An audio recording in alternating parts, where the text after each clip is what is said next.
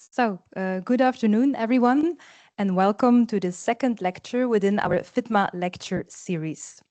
The FITMA project focuses on readers and readings of selected Aristotle translations that were made from Greek into Latin. In our lecture series, we concentrate on the anima, specifically on its medieval transmission, and on the background of its earliest reception. Today, our speaker is Michele Meroni, a postdoctoral research fellow in history of medieval philosophy. He works at the University of Pavia on a project entitled Borders of Rationality, Animal Cognition in the Late Middle Ages. I would like to mention two of his most recent publications. First, in 2024, Michele published a monograph with Brill entitled Spirits of Life and Perception, Albert the Great's Early and Mature Psychophysiology in the Light of His Arabic Sources. And second, Michele wrote the introduction to an edition of Costa Benluca's De Differentia Spiritus et Anime. This edition was published in 2025. Michele and I met 2 years ago in Milan at a conference on Aristotelian psychophysiology that was co-organized by him. We are very happy that he accepted our invitation to give a FITMA lecture today. The title of his lecture, as you can see, is Instinctus assuetudo experientia, the Lexicon of Animal Behaviour in the Anima Commentaries from Paris and Oxford before the 1270s. Michele, the floor is yours. Thank you very much, Tilke. It's a pleasure seeing you once again, this time not in flesh and bones, but, but virtually. First of all, let me thank Professor Peter Bullens for having me, for inviting me. I think it's a great honor for somebody like me, which, as you just mentioned, works on animal cognition and behavior, something that Professor Bullens is a very renowned expert in. And more generally, for anybody who works on the reception, on the readings of Aristotle in the Middle Ages, Leuven is definitely a go-to place. And I hope this lecture will fit in, into your cycles of lectures. I've tried to set up, let's say, a presentation which is not so hyper specialistic, so that also other people could refer to it, could get what I'm trying to say. And yeah, okay, let's get it started. So as you can see, the title of my presentation revolves around the anima commentaries from Paris and Oxford before the 1270s. So I've chosen to focus on the earliest date for the reception of Aristotle's the anima in the European universities, especially in Paris and Oxford. Yeah, that was the date. I mean, the date you can that has been ascertained mostly as far as scholarship on physics goes as a turning point. Because of the influence of the commentaries by Aquinas. So I wanted to show a bit of the earlier reception I had worked on, and I think that could definitely help us in studying the earliest reception, even though it's not the earliest reception. We're already talking about the 13th century. But anyway, what I want to talk about today is mostly the lexicon, which is deployed, is used in the context of Aristotelian commentaries, and especially the lexicon, which is used to talk about what medievals called acquired behavior, mores acquisiti, and in opposition to what we nowadays we think of in terms of inborn, reactions, so instinctus. Although, as I will try to say, and then we can talk more about it, the notion of instinct is a much loaded one than ours. So if we talk about, whenever we talk about acquired behavior in animals, why can we talk about it, and how can we talk about it? So just to give you 3 examples, which come from the classical scholastic literature. As you can see, the sheep-wolf example is a classic one for, reactions that arise in animals, which don't really need previous experience or anything of the kind to happen, because a sheep might as well try and flee from a wolf, even though it hasn't really seen one in the past. By contrast, maybe a dog which has been bitten by a stick might not like the sight of it a second time, as opposed to a dog that could, get instructed by its master on what to do or what not to do, maybe to get a pretzel or to get some good food or not to get food. So if you behave in a certain way, that will lead your master not really happy about your behavior. So these are the three areas I will try to talk about today to understand what is what we can take from late medieval lexicon in the anima commentaries about animal behavior.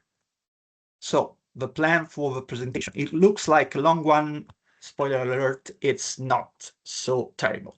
It's not so long. So first, I will try and lay out the underlying philosophical and theological constraints that lurk behind the late medieval reflections on animal behavior. I will try and explain why are they principles, are they rooted on the Aristotelian text and its Arabic interpretations by Averroes and Avicenna, and also partially Ghazali.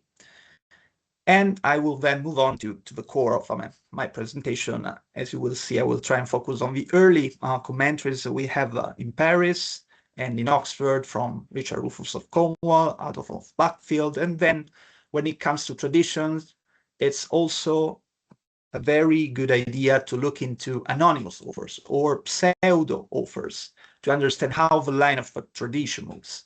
So that's why we're going to talk about this pseudo Adam of Whitby and to another commentaries from Oxford preserved at Siena and at the Merton College in Oxford itself. And then we'll get to some conclusions.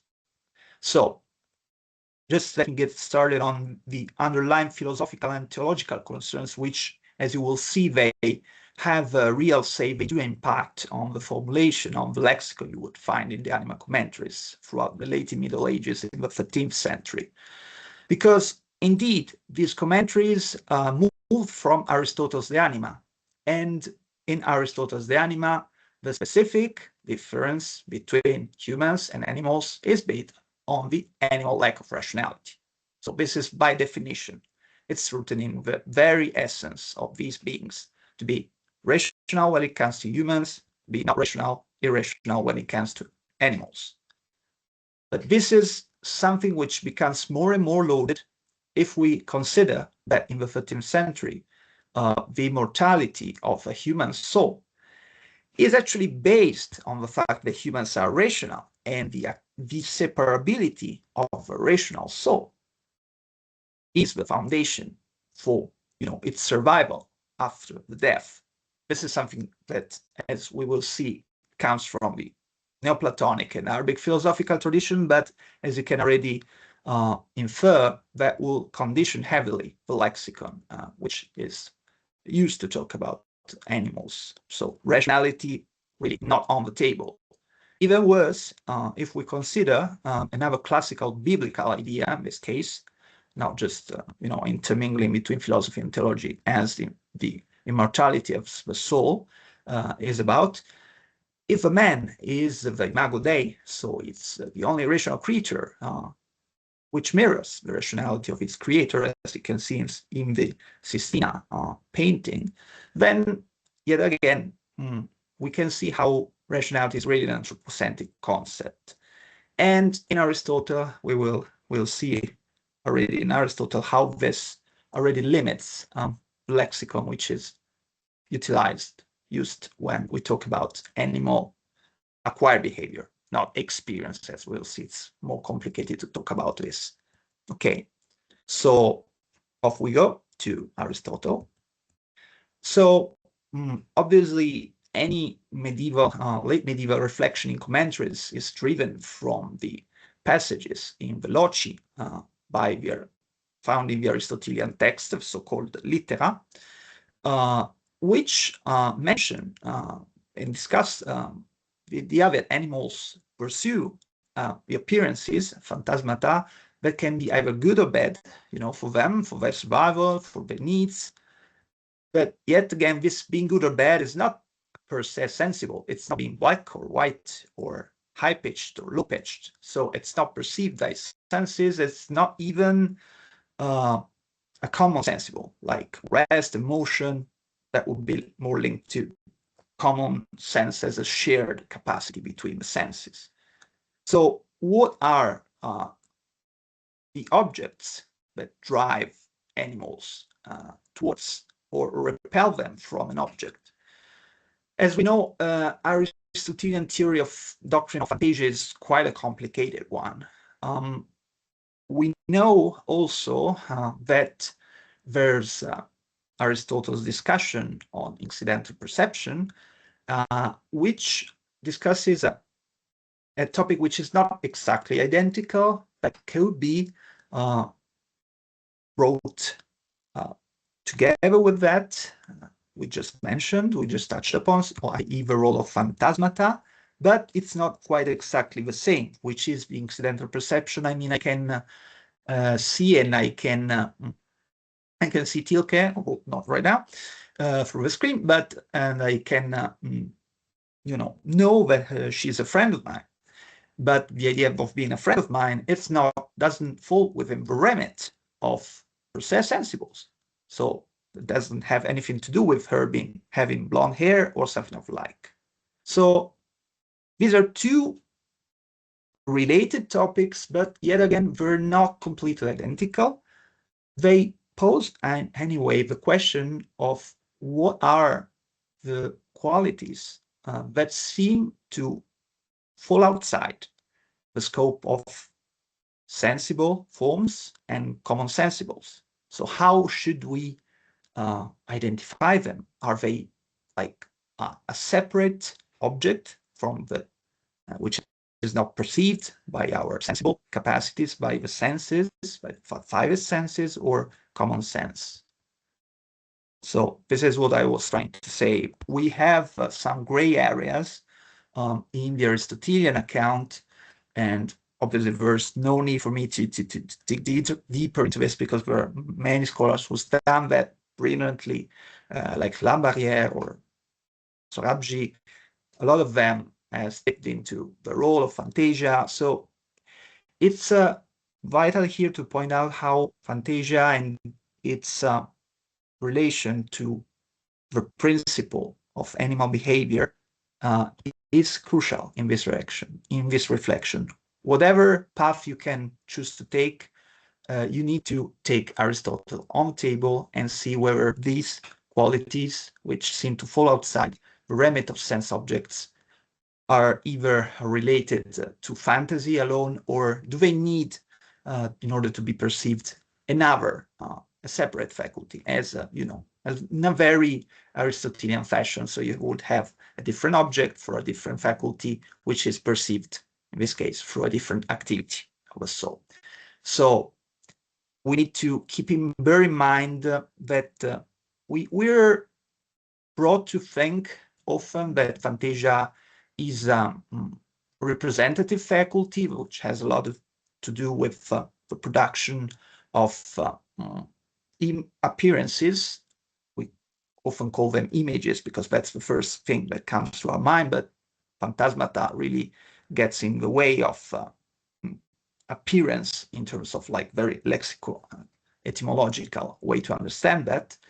It is not just a merely representative faculty, it's also an interpretive one, a criticon. It's able to judge the surroundings, the phantasmata. So how does it relate to animal behavior? All of this premise to relate to animal behavior, which is today's topic. It's quite difficult to do so, because in Aristotle you wouldn't really have all this very, let's say, modern way, kind of reminiscent of Karl Lorentz lexicon. You don't have talk about instinct. You have talk about animal prudence, which has to do with instances of animal behavior with foresight, where animals appears to be endowed with foresight. So they would build nests, they would store food, for the winter in order to survive it. But still, animal prudence is quite equivocal word in the Aristotelian zoological corpus. So one needs to be a little careful when toying with these words. Animals appear to be capable of self-medication. Yet again, this is rather in the zoology, not in the anima. And these animals are capable of self-defense sometimes by ingesting some kind of peculiar weeds, like the weasel, which is capable of repelling or fending off from snakes when fighting against them by ingesting rue, which has not a pleasant flavor. So that's a way weasels have to get snakes away from them. And as I was saying, it's already complicated to talk about, to qualify, strictly speaking, how Aristotle would talk about what is animal acquired behavior, let alone Aristotle would never speak of experience in a strict sense, because as he would have already in the opening of the very first book of the Metaphysics, animals other than men live by appearances and memories, because in order to get experiences, obviously you need memory, but have but little of connected experience. In medieval and Latin translation, you would have a paum participant experience. They have little participation to it, because experience, for Aristotle, requires the existence of the intellect. You need experience to generalize and then universalize the token of individual senses, and then to build the principles of arts and crafts. Obviously, this is not the case in animals. But this we need to bear in mind whenever we talk about acquired behavior in animals and whenever we talk about experience. Because if we refer to the Aristotelian framework, it is an anthropocentric concept of experience we have to do. And we will always be faced with this limit. Okay, so the questions I want to tackle when looking at the Arabic interpretations of Aristotle, and when looking at the Latin reception of Aristotle's De Anima through the lenses of the Arabic philosophers. So what is the object regulating animal behavior? Are phantasmata or something else? What's the faculty responsible for it? So is phantasia and its criticon enough for them to react, to determine their reaction? What are the components of animal behavior, i.e. what are the activities related to these faculties, and how do they relate to what is inborn in the animal and what's acquired throughout the course of their life? Now, a first answer can be found in the writings by Avicenna and Averroes. Now, Avicenna, not that he needs much of a presentation, but just to make clear what works are we referring when talking about Avicenna. He did write a very famous canon of medicine, but today I will be referring to the fifth book on the soul from his book of healing, the Kitab al-Shifa, which is a very broad encyclopedia, which does not just, there's a bit of downplaying of this, and there has been in scholarship. It's not just about explaining Aristotelian philosophy, it's giving an original interpretation of it through kalam, through falsafa, so the contemporary and the previous Arabic philosophy, and through other, obviously, classical sources, classical, i.e. classical Greek philosophy, such as Neoplatonism, but this would be already late antique, but already Plato, Aristotle, Neoplatonism, kalam, and falsafa. So it's quite a composite, let's say, way to approach philosophy, and this is evident when we talk about the difference between humans and animals in Avicenna, because he does maintain the Aristotelian specific difference between humans and animals. They're rational, the animals, I mean, and the humans are rational, but as John Finopoulos before him, John Finopoulos was a very famous Neoplatonic philosopher who wrote a commentary on the Anima, where he grounded, he justified, let's say it, just to avoid kind of analytic terms here, not to be anachronistic, he justified the separableness of a human soul on grounds of the very nature of a rational soul that has to do with actually immaterial objects, such as universals. Thus, the human soul would be linked to the body as, and here's a very peculiar interpretation of the ship and of the, pardon me, the Kubernetes in Aristotelian terms, forgot the English, sorry. The steersman does say that the human soul is separable from the body. Okay, so we see where this emphasis on the rationality with a loaded, let's say, theological implication comes from John Philoponus and then from Avicenna. Now, let's get to what our presentation is really about. So for Avicenna, obviously for those of you who are not familiar with psychology, the, let's say, aspects, the qualities, good or bad, are not to be conflated with the given substance perceptions of sensible forms. They have to be separated from them in order to be understood. So they represent a different class of perceptibles. They're classified as intentions, not essentially material, because while they're attached to something material, i.e.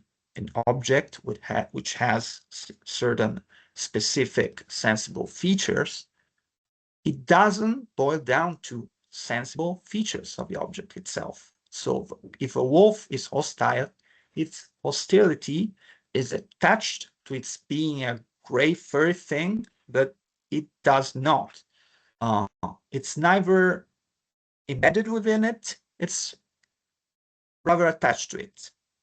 Okay, just to make clear how the relation between intensio and sensible forms in Avicenna works. So I can either have this, and I can have another kind of intensio, according to Avicenna, which would be, as we will see, that's not so fortunate in the late medieval reception. So we can think of intensio also when we see something sweet and something yellow. We have already experienced honey. We already tasted honey in the past. And when we see something yellow, we say, oh, maybe that's going to be as sweet as honey. Why is that an intensio? Because that's something we don't materially perceive. But yet this is an element of difficulty in Avicenna's account that has been scrutinized by scholars and has been pointed out, but this is quite a complicated aspect of Avicennian psychology to be dealt with. And as we will see, this is one which will fade a bit away in late medieval readings of Avicenna, of Aristotle through Avicenna. The intentiones, so these qualities, since they are separated from sensible forms, need a faculty of their own to be perceived. So estimatio, in Arabic would be called wahm. As far activities goes, we have these divine or natural illuminations, ilhamat ilahiyya or chariziyya, which in Latin translated as cautele divine or cateune naturales. Then we have this case of quasi-experience, so like experience, kaltajriba, or that which comes through close to experience, yukaribul tajriba, and likeness. So I just want to point out that in the Latin translation of Avicenna's De Anima, there are some slips which give you the idea that acquired animal behavior in animals can be classified as experience. But yet, that's not quite the case. That's the second occurrence you would find in Avicenna's De Anima, because Avicenna, like Aristotle, has an anthropocentric concept of experience and attributing rationality to animals, in the case of experience, would have the very loaded theological implications we just viewed against the background of Avicenna's source, i.e. John Philoponus. Okay. So when we talk about the components of animal behavior, because long story short, if we want to see what's going on in terms of lexicon, in the reception of Aristotle's De Anima before the 1270s, we really need to look into the components of animal behavior, i.e. the activities of the estimative faculty laid out in Avicenna's De Anima. So we have first divine illuminations, which concern self-preservative acts about humans. So they're like the infant which leans to his mother's breast, or he clings to something just to avoid falling, and he also closes his eyes to repel dust. Maybe this kind of problematic example though, because it kind of calls into question the role of reflex here. If you like, there's a lot of this in Hasse 2000, not 200, sorry, book on Avicenna's De Anima in the Latin West. And so we have divine illuminations and we have natural illuminations, cautelae naturalis. Okay, so this will be the mainstay, the staple of late medieval discussions on animal behavior. These are self-preservative acts, species determined. So sheep fear all wolves, birds fear all sparrowhawks, and the savanna animals fear all lions. So apparently there aren't any exceptions to this. Okay, they can't really become friends with species with that, by the natural chain of food, they will be inclined to eat them. These cautelae naturalis, or natural illuminations, will be associated to the concept of instinctus by late medievals. Yet this quasi-experience we just mentioned in Avicenna, with all the problems in the Latin translations, have a clear example. So a dog would avoid the stick it has been beaten with, or mud bricks he had been hit with. So he would, avoid them. The last, so the third component of Avicennian estimation is this judgment by similarity, which I just mentioned. So whenever we see something yellow, we might consider it honey and thus sweet. I wouldn't speak here of an association, because that would be anachronistic, but still, you see that this is judging something by similarity. It looks like honey. Latin translation says it looks like wax, ceruleum. So we would think this is yellow, this is sweet. Okay, so these are the three main, so illuminations, quasi-experience, and similarity components of Avicennian estimative power. So this full-blown list can be found in the Anima 4.3, and in the Anima 1.5, Avicenna gives a summarized description of the activities of animal estimation, which is restricted to the sheep-wolf examples. You just get the cautelae naturalis, no mention of divine illuminations, nothing of the sort. Okay, and you have this very more restricted, let's say, way to approach estimation in the Intentions of the Philosophers by Abu Hamid al-Ghazali, who was very influential, perhaps the most influential. You can think of him as an Arabic Aquinas, if you like, by comparative terms, because his influence was simply, it cannot be stressed enough, to put it like in very poor terms. And in his Intentions of the Philosophers, Al-Ghazali, he took up Avicenna's doctrine of estimation and intentions, which he would later criticize it, but in the first works, like the Intentions of the Philosopher, which was later translated in the late Middle Ages, he did restrict, like Avicenna's De Anima 5.1 does, the activity of animal estimation to this cautelae naturalis. So animals appear to behave just based on species-oriented hostilities, such as those between the sheep and the wolf, and the cat and the mouse. So much for Avicenna. What about Averroes? As you can imagine, Averroes is not exactly Avicenna's best friend, philosophically speaking. And what about Averroes' attitude towards animal cognition, animal behavior? So Averroes, as it is famous, he rejected Avicenna's theory of intentions in favor of a perceptive capacity of fantasia. He says, since fantasia, it's already a perceptive taraka power, and it has a judgmental capacities, the kritikon we were talking about before, we don't really need to posit the Avicennian faculty of estimation, which is considered by him a nature in animals, and it's not a per se necessary faculty. That will make it just redundant. So for Averroes, intentions are human specific, as they are only perceived by the cogitative faculty, which is assisted by the intellect. These intentions concern either individual substances, so this is a dog, this is a donkey, or anything individual out of which the 10 categories can be predicated. So like the redness of an apple, or being 11 o'clock, this is something we can talk about by using the 10 categories. None of these can be perceived nor cognized by animals.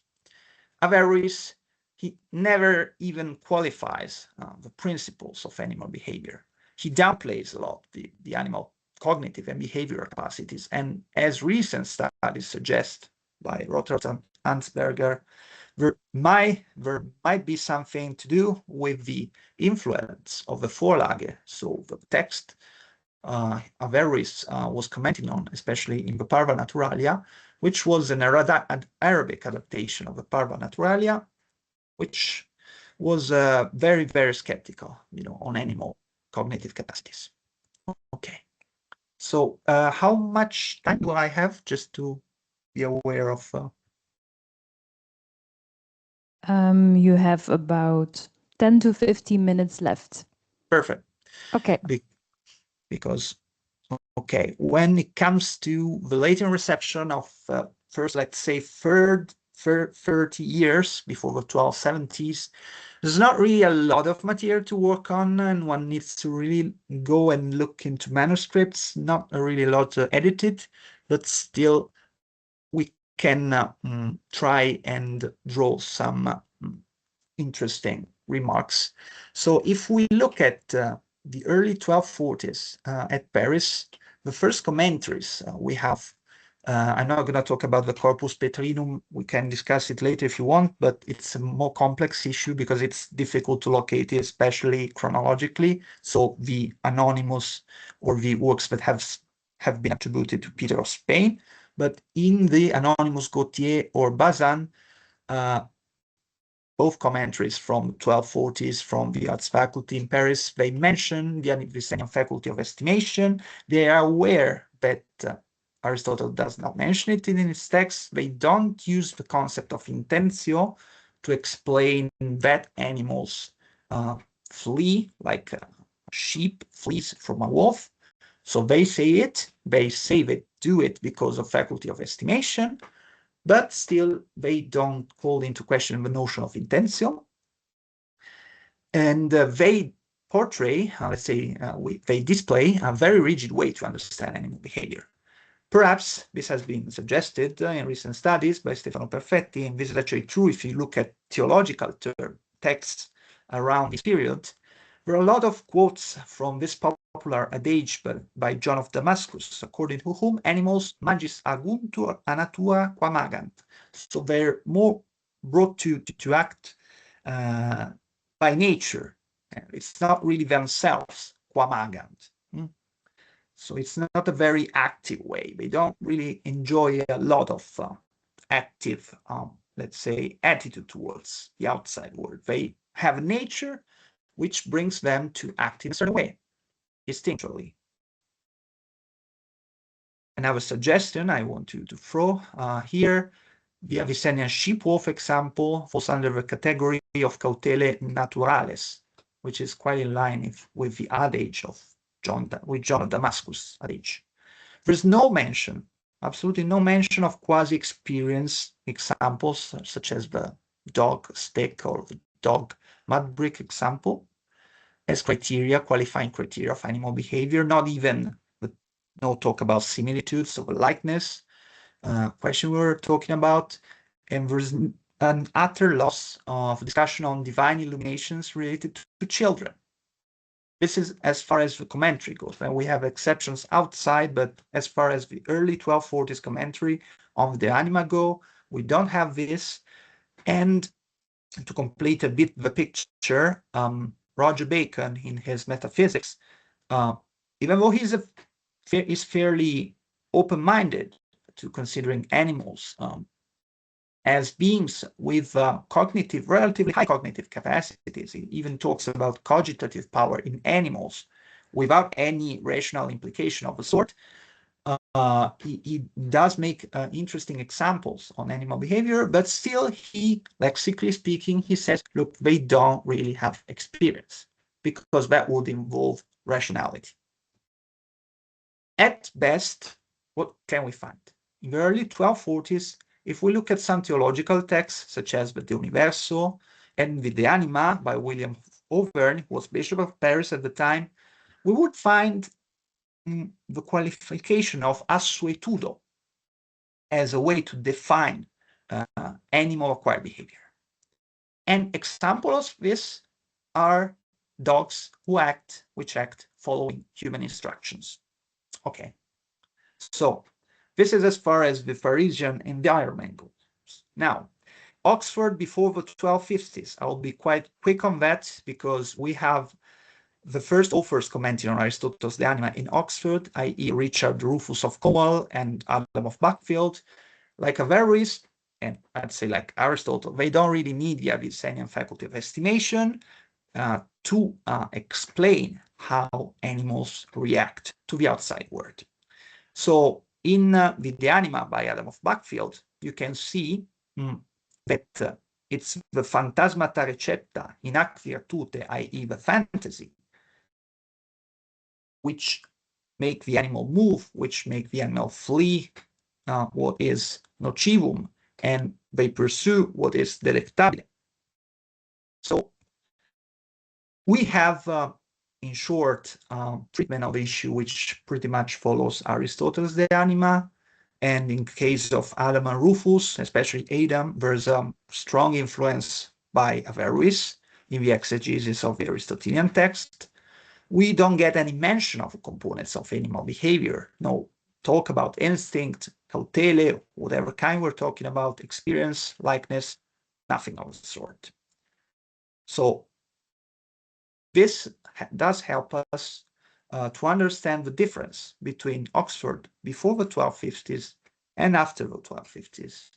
I'm not gonna be extremely sharp on this distinction, because as you will see, there are some elements which resemble also the Parisian production in the 1240s. But what I really want to stress here is that in a recent study on the De Memoria and De Memoria Reminiscentia tradition in the English context, Jules Grunberg and Dominique Poirel have pointed out that in the Oxford gloss, there's a beginning of a discussion of a concept of intentio, something which was lacking, as I just showed you, both at Paris and Oxford before the 1250s. So that will be very interesting to see what comes out of a study of Oxford gloss, to see how the intentiones come into play in the exegesis of the Aristotelian letter. So other than that, to go back to our dear animal behavior, we have a restriction, again, of their range of the activities of animal estimative power to animal-specific inborn reactions. So not children, yet again, they didn't like children, and no, just making fun of it. So inborn reactions linked to the text. If you look closely at this text, they really reflect the Avicenna's De Anima 1.5 and Arasali's on the intentions of the philosophers.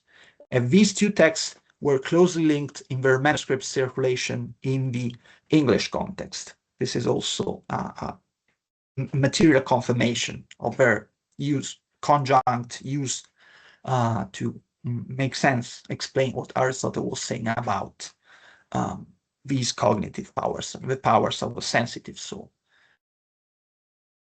So there is one, let's say, more restrictive way to approach animal behavior, and there was another one which gave estimative power a capacity to relate it to animal acquired behavior, which was defined or termed as assuetudo, assuefactio, assuefieri, with a bit of a wobbling, wavering terminology at times, but still a way to qualify animal acquired behavior, which is not experienced, but still that gives, let's say, a further perspective on the issue, which does not just restrict their reactions to their very nature, to their very inborn reactions, their very instinct, cautelia naturalis, and the stuff like that. No.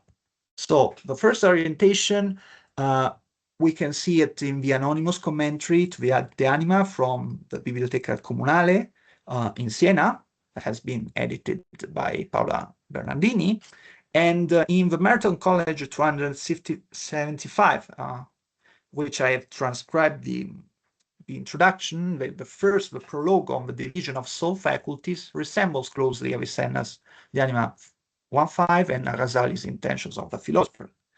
So, and this is not really surprising, because if you think along the line of what this text is, i.e. a catalogue of the soul faculties, and if you think of what Avicenna's the Anima 1.5 is, i.e. a catalogue, a summary of faculty, you really see why this could have been relying on Avicenna, okay? But obviously, whole another question is, how does this relate, to the exegesis of the Aristotelian text itself? Because this prologue circulated separately. Short answer is they have the same attitude. I looked into that, and so the text has the same restrictive approach displayed by the Siena, by the prologue. Okay.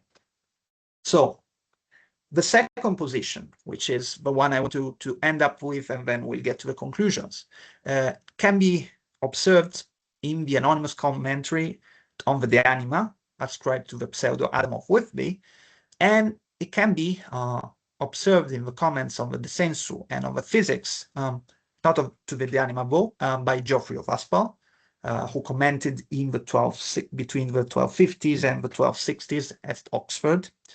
So in the De Anima, Geoffrey of Aspall identifies the instances of Aristotelian incidental perception, i.e. Dairis son Tilke being my friend, with relaciones, not intenciones, as Avicenna would have it. He speaks of relaciones, but still, this is something else, and this is something else which is perceived by the faculty of estimation. Elsewhere, in the Physics and in the De Sensu, he speaks about, rarely, but he does speak about intenciones being perceived by animal estimation. And this estimation operates either through instinct, as in the, once again, sorry to bore you, sheep-wolf example, or assuetudo, so accustoming, getting used to, as in the dog master example. So a dog learns to behave in a certain way because he fears that he could get hit or he could get some food. So you see, once again, animal acquired behavior here is really based on human instructions, once again, promises of good or menaces of bad incoming.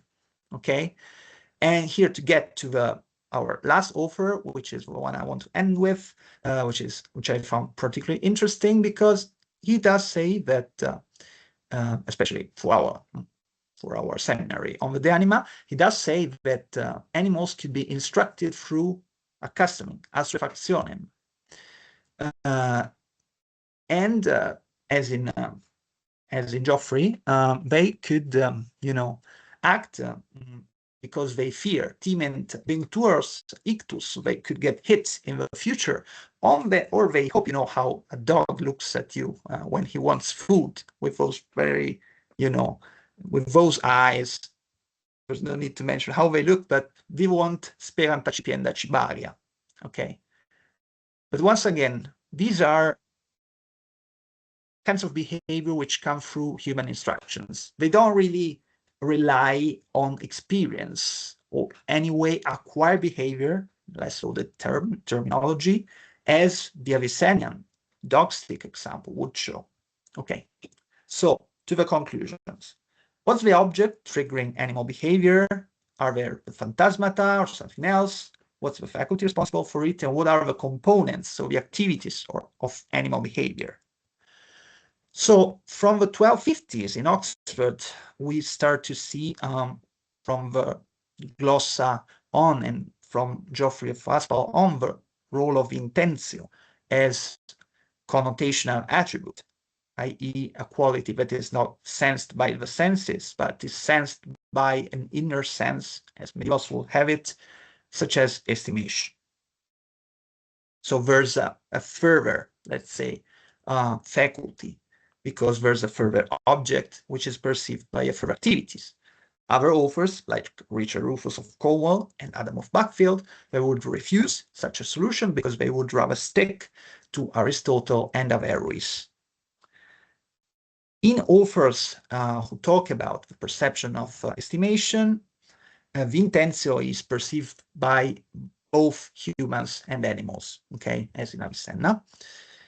And as far as the activity of estimative power goes, it happens to be, it really looks like to be restricted to instances of, you know, inborn reactions, okay, which are related to animals alone. So there are no mention of children, there is no mention of a divine illumination in which children are involved, and there are no mention of likeness, similitude, or experience,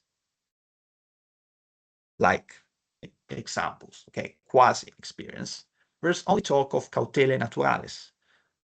Animal acquired behavior is thus qualified at best as assuetudo, assuefactio, assuefieri, because of the anthropocentrism, we can now say it, intrinsic to the notion of experience, something we would find in Aristotle and in Avicenna. So overall, this lexical limitation, you can see how they're very strict on this, they're very rigid, they reflect paramount theological and philosophical concerns, either breaking the specific difference between humans and animals, or, and this is the far-fetched, more loaded theological implication, allowing animals to be rational would allow their soul to be immortal and would cause a stir, really a stir in doctrinal terms. And this, you know, limits the discussion on animal behavior in a way that you can really see how it links up to the fact that they could, you know, acquire some behavior just the way they behave, but just if the agent which is able to modify their behavior is the man, which is by the definition the only rational animal. So before the 1270s, we really see how the opposition between inborn and acquired behavior is not really, let's say, one in which we can observe a lot of shades in between. It's rather an opposition between inborn behavior, like very species-oriented, cautelae naturalis, and a human-directed acquired behavior. There are exceptions, of course, but they pertain more the tradition of other texts, such as zoology, you would find them. But as far as the anima tradition is concerned, we really are left with those two kinds of examples before the 1270s. So now, on behalf of my animal friends, I would like to thank you for your attention. Stop here. Thank you, Michele. Thank you very much for your presentation. And now it's time for questions. Is there anyone in the room? Yes, I see a question there. Well, thank you, first of all, for a lovely lecture. I have two questions. The first one is more pertinent to the issue. The second one is just, I was interested whether you knew something about that as well. So the first one is, you seem to say, as far as I understand, that in the post-1250s Oxford, the idea of intentio, the estimative power, which are chiefly Avicennian ideas, as you point out, become popular in that context. Would this somehow go against the general idea that one reads about the commentaries on the anima, where after the translation of Averroes, one always reads that Avicennian influence falls or becomes less important. But here it seems that it's the other way around, that the post-1250 Oxford commentators are interested still in Avicenna and in fact use him and his ideas more than those before the 1250s. Okay, and the other question I had is, you mentioned Damascene's idea, magis aguntur quam agant, and we know, for instance, that in the later scholastics, for instance, in Henry of Ghent, this plays a large role in his arguments for the freedom of the will, that the human will is free because it acts rather than being acted upon. Do you perchance see already a source or a beginning of this scholastic tradition in the early commentaries as well, where they link it to the freedom of the will or not? Thank you very much. Well, thank you. That's two really excellent questions. So yeah, as I will start from the latter, and then I get to the first, which needs a bit more of reflection. So I think one, like the other side of the coin of these, let's say, commentaries, I should look at. I mean, one should look at are obviously the ethics commentaries, because obviously the cognitive part is just a little part of a much broader reflection, even though it's just scattered, you know, through the different loci. But in the Nicomachean ethics commentaries, I remember I looked into Rufus Brito's commentary for the later ones. You do find examples of these discussions of this, especially when it comes to the notion of prudence.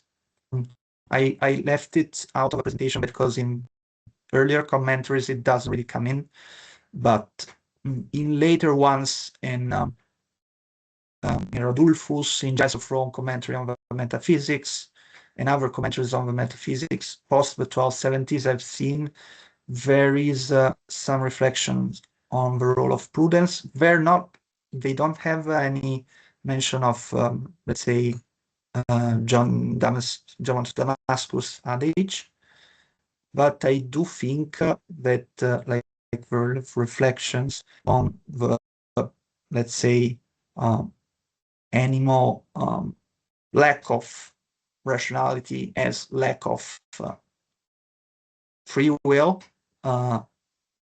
carries with itself some arguments which are seen in the later tradition, and which we don't really much know about, because I tried to read something, but it really would need a specialistic work of its own, because that's why I said it's an excellent question, because Henry of Ghent is already relatively into the 13th century. We would need to see how the tradition of Nicomachean ethics goes, because really there you would see also how human emotions are different from animal emotions, and how the Aristotelian concepts of proairesis and hypolepsis are translated and are interpreted.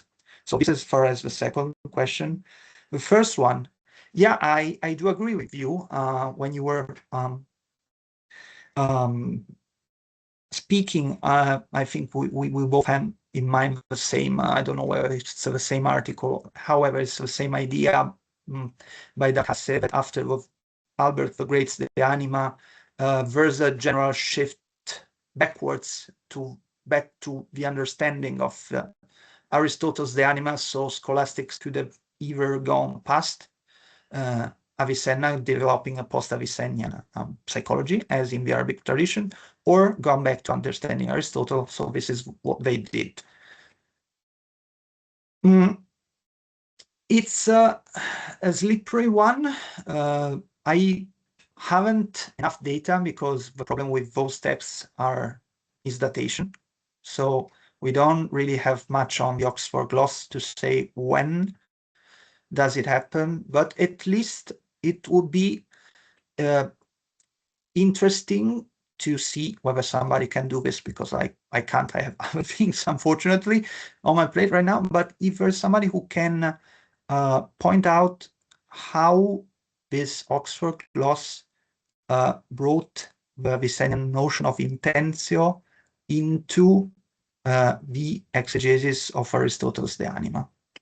Because before, I mean, there is obviously estimation, there are these examples, but there's no talk of intentiones, which is, I think, the most sensitive notion here. That depends on how you interpret it. So yeah, the answer is we need to work on this. It seems to go a bit against what Hasse said, but if we are able to get the chronologies right, we might be able to answer what he says in a better way. Thank you very much. We have another question.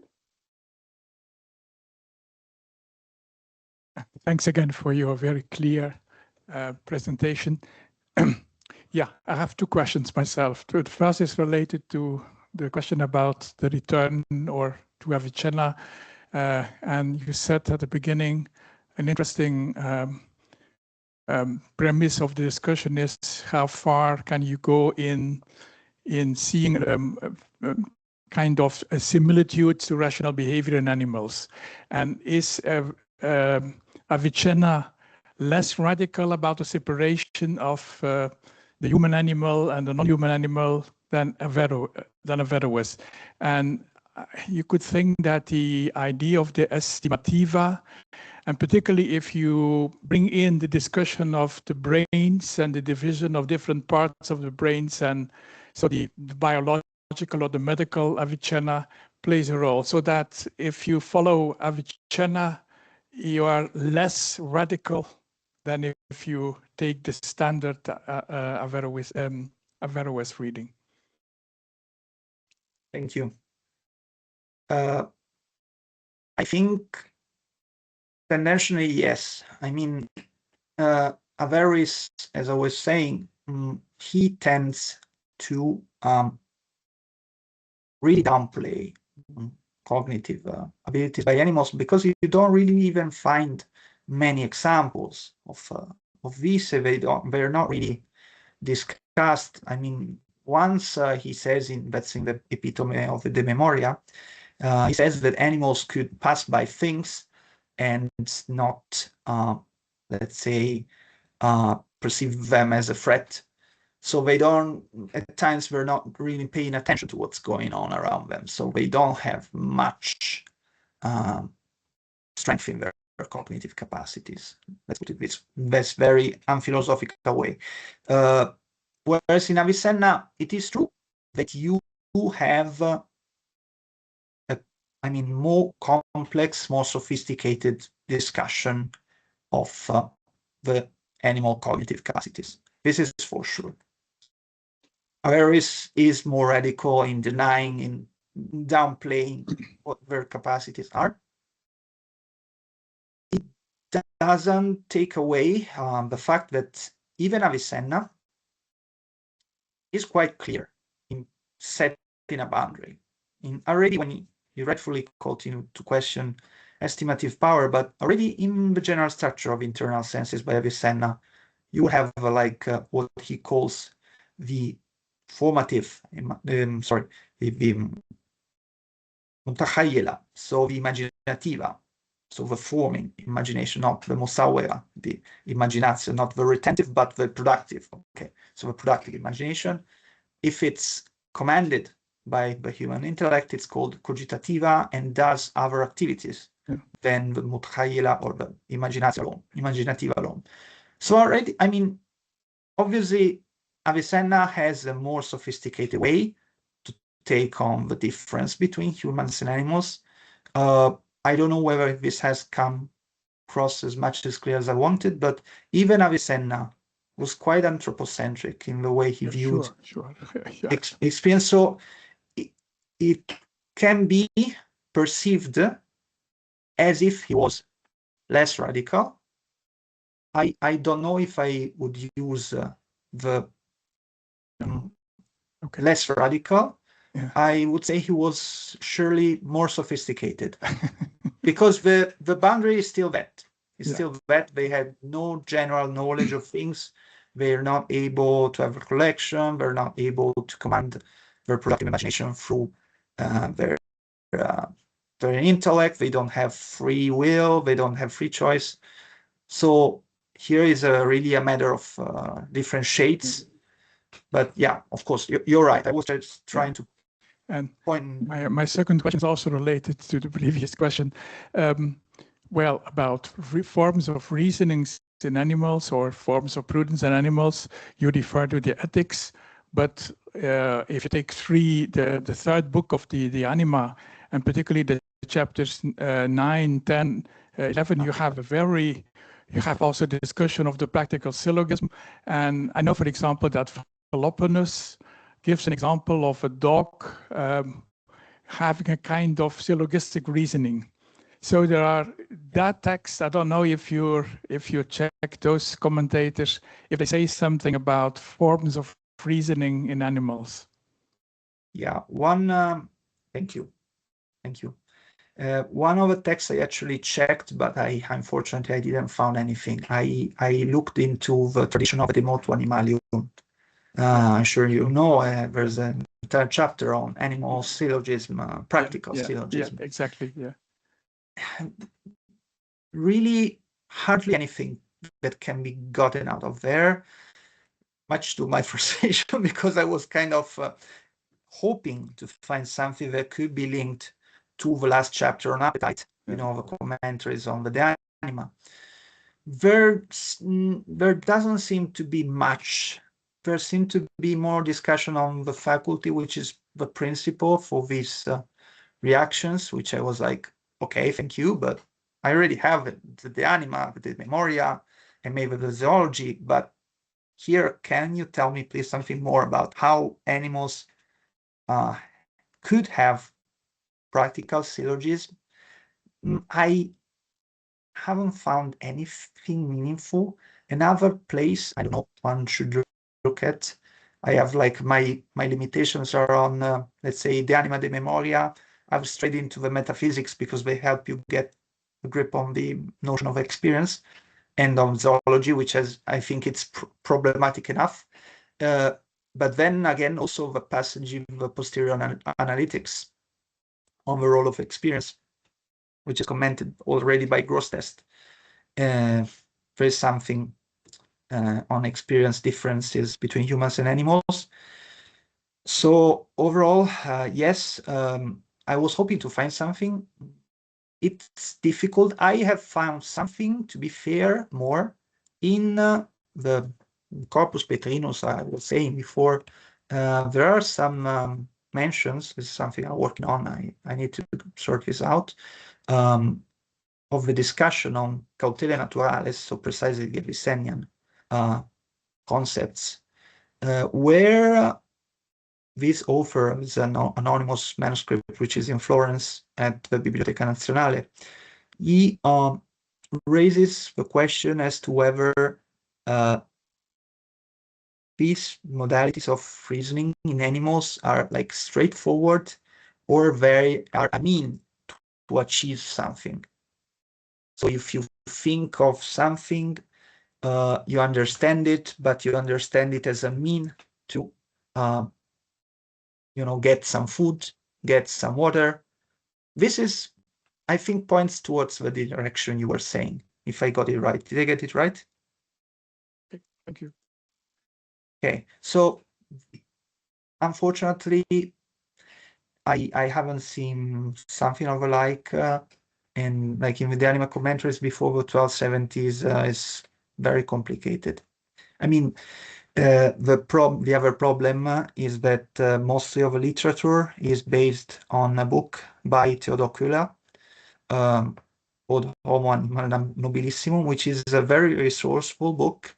The problem is the references that are there need always to be double checked, because it's not clear how he organized the material, so there may be some things that have been left out.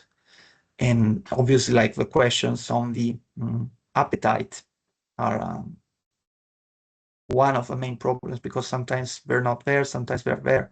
So one might want to see if there's a link to how animals reason to get something or get something from their master. I don't know. But like in the demo too, there's hardly anything, something going on in the De Animalibus tradition.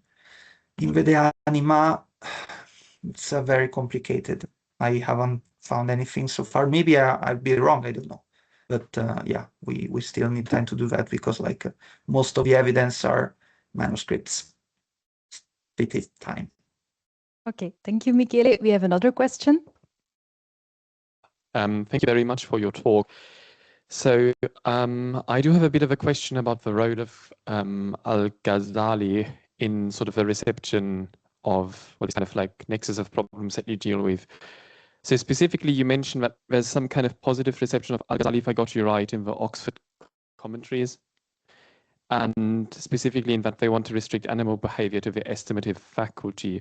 I was wondering about Al-Ghazali's notion of species-oriented hostilities.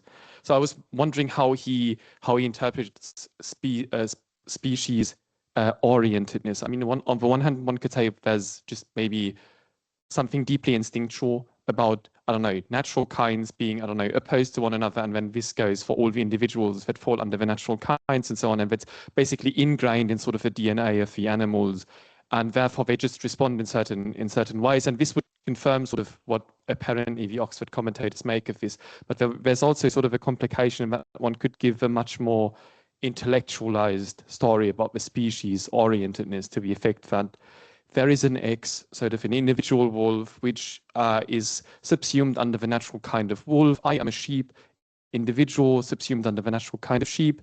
These natural kinds, sheep and wolf, finds I, are deeply opposed to one another. I, sheep, want to survive. I know that these species are so opposed that they threaten self-preservation. I do want to preserve myself, therefore I flee. And it gets very complicated because there's like theoretical and practical reasoning, syllogisms, knowledge of natural kinds, conatus perseverandi, and so on. And that would clearly go against sort of what some of these Oxford commentators seem to make of that. Thank you. Thank you. So let's say that the pericopes, the parts of the text I looked into in Ghazali, they've kind of really scarce when it comes to the discussion of this, because they just give you, they tell you what estimation does, perceives intentions, and then let me get this. I can, so if I can get the text directly first, then that would be better. Because it really seems to be the first interpretation you said. I mean, he doesn't have a discussion of this. That's the problem. In Avicenna, of course, you have a much more extensive discussion about it. Whereas in Ghazali, you have what is just, let's say, general, overall, of a topic. It just lays out context within which estimative power operates. And there's really nothing about these practical syllogism about I want to survive, I see something as a threat to my survival, thus I behave in a certain manner. He just puts in a way that makes estimation as a sort of almost automatic response to what is external to the animal. Because it is very scarce in his information. He's used, I was saying that he's quite successful. There's a very brutal reason for that. It's very short. I mean, the part of the soul from the intentions of philosophers is very short. And it helps because it's kind of compendium, misunderstood as an Avicenna compendium, funnily enough. So the arguments were just excerpted from that, put together with those from Avicenna. And there is nothing more than that, I'd say, because I myself would be interested in seeing whether there are actually more shades to than just saying, you know, this is a wolf, I fear it. Okay, why you fear it? What are like the cognitive presuppositions for that? It's really hard to get it out. So this is a very good question, which needs to be investigated, because in as far this reception goes, it is more, let's say, more less complicated, more banal, as opposed to your second interpretation, which is actually better take, more intellectually challenging take, but they don't really seem to go in this direction. Okay, And thank you, Michele. But thank you. Would you like to add something? No, I was just, if I can get hold of Ghazali's text, I'll answer. But yeah. Okay, maybe we can then go for a last question. Thanks, and thank you for your talk and your beautiful PowerPoint. It was a pleasure to look at. Thank you. My question is something I think I should understand from your talk, but I don't think I have. So one of your slides had a quotation where these intentiones were insensatae. And this is always puzzled me. I'm coming at it from Thomas Aquinas, where it seems as though the intentiones are sensed in the meaning that there's a sense, there's a power of the soul that perceives them. You use the word, you yourself, Michele, have used the words perceived kind of constantly, because there's an estimative power or a cogitative power in human beings. And so I was just kind of wondering, is that a difference between an Avicennian view and an Averroan view? Is that a difference between, you know, something else? I'm just trying to figure out what is this unperceived aspect to the intentions. I would think about it as being a supersensory, in the sense that it's not sensed through the external senses, but through one of the internal senses. But maybe I'm just getting that wrong. Thank you very much. Thank you. No, you're actually getting it right. So it's a kind of lexicon with, as in the last part of the sentence you said, there's a lexicon which is ingrained within the tradition. I mean, you would already have it in Albert the Great's early De Homine, when there is talk of his intentiones insensate, as a way to say intentions which do not fall under the external senses. So that's why they're insensate, as opposed to, that's the problem with Albert. Sometimes it's complicated when it comes to polysemy. It talks about intentiones sensate. And you're like, wasn't Avicenna talking about intentiones as subjects of, you know, estimation, memory? No, because you have two different ways to look at intentiones in Albert. One is, let's say, the mode of being, so the mode of cognitive being of whatever object in Aristotelian appearance and Avicennian intentio in any cognitive faculty, common sense, fantasia, meaning that this object is not present there as form would be matter. So it's not a real being, it's a cognitive being. That's why it's called intentio. and that would be called intentio, at times intentio sensata, because while it is not really in an object the way forms are really in objects, it still is in a faculty, because it is in it, according to a proper mode of being, which would be the so-called esse intenzionale. And this is why you would have intentiones sensate and intentiones insensate. I hope this is clear, because it's kind of gives headaches, let's say. Okay, thank you, Michele. Well, then let us thank our speaker of today, please.